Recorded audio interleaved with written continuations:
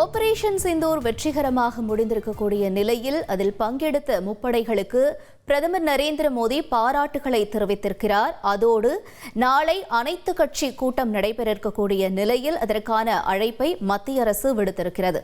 முக்கிய செய்தியாக நாம் பார்த்துக் கொண்டிருக்கிறோம். இது தொடர்பான விவரங்களை தொடர்ந்து எமது செய்தியாளர் ரமேஷ் வழங்கிட கேட்கலாம்.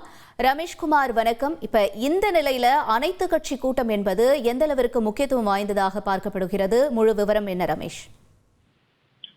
இந்த பாகிஸ்தான் பயங்கரவாத நிலைகளின் மீது இந்தியா ஆபரேஷன் சிந்தூர் நடவடிக்கையை தொடர்ந்து பல்வேறு டெவலப்மெண்ட்டுகள் நடைபெற்று வருகிறது. அதன் தொடர்ச்சியாக நாளைக்கு அனைத்து கட்சி கூட்டத்திற்கு மத்திய அரசின் சார்பில் அழைப்பு விடுக்கப்பட்டுள்ளது.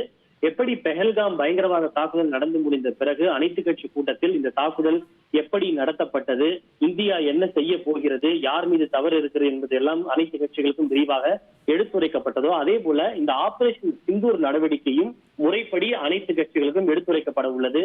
இந்தியா எப்படி இந்த தாக்குதலை நிகழ்த்தியது, யார் யார் குறிவைக்கப்பட்டார்கள், எந்தெந்த பயங்கரவாதிகள் கொல்லப்பட்டிருக்கிறார்கள் என்று அரசினுடைய நடவடிக்கைகளுக்கு ஒரு நீதி கற்பிக்கும் வகையில் இந்த அனைத்து கட்சி கூட்டம் என்பது ஏற்பாடு செய்யப்பட்டுள்ளது. ஏனென்றால் என்னதான் ஊடகங்கள் வாயிலாக இந்த செய்தி ஏற்கனவே வெளியிட்டு விட்டாலும் முறைப்படி பாராளுமன்ற நடைமுறைகளின்படி பல்வேறு அரசியல் கட்சிகளுக்கு இது தெரியப்படுத்தப்பட வேண்டியது அவசியமாக இருக்கிறது. அந்த அடிப்படையில் தான் அனைத்து கட்சி கூட்டத்திற்கு அழைப்பு விடுக்கப்பட்டுள்ளது. மற்றொன்று, இன்று நடைபெற்ற மத்திய அமைச்சரவை கூட்டத்தில் இந்தியா எடுத்திருக்கக்கூடிய ஆபரேஷன் சிந்தூர் நடவடிக்கைக்கு பிரதமர் மோடிக்கு பாராட்டு தெரிவித்து கரவொலிகளை எழுப்பி இந்த பாராட்டும் வரவேற்பும் அமைச்சரவை கூட்டத்திலே தெரிவிக்கப்பட்டிருக்கிறது.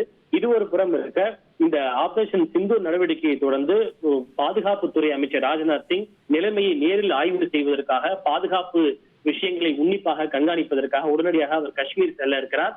அவர் உடனடியாக காஷ்மீர் செல்வதற்கு பிரதமர் மோடி அறிவுறுத்தலை வழங்கியிருக்கிறார். தொடர்ந்து அடுத்தடுத்து இந்த விவகாரத்தில் பல்வேறு புது டெவலப்மெண்ட்கள் நடந்து கொண்டே இருக்கிறது.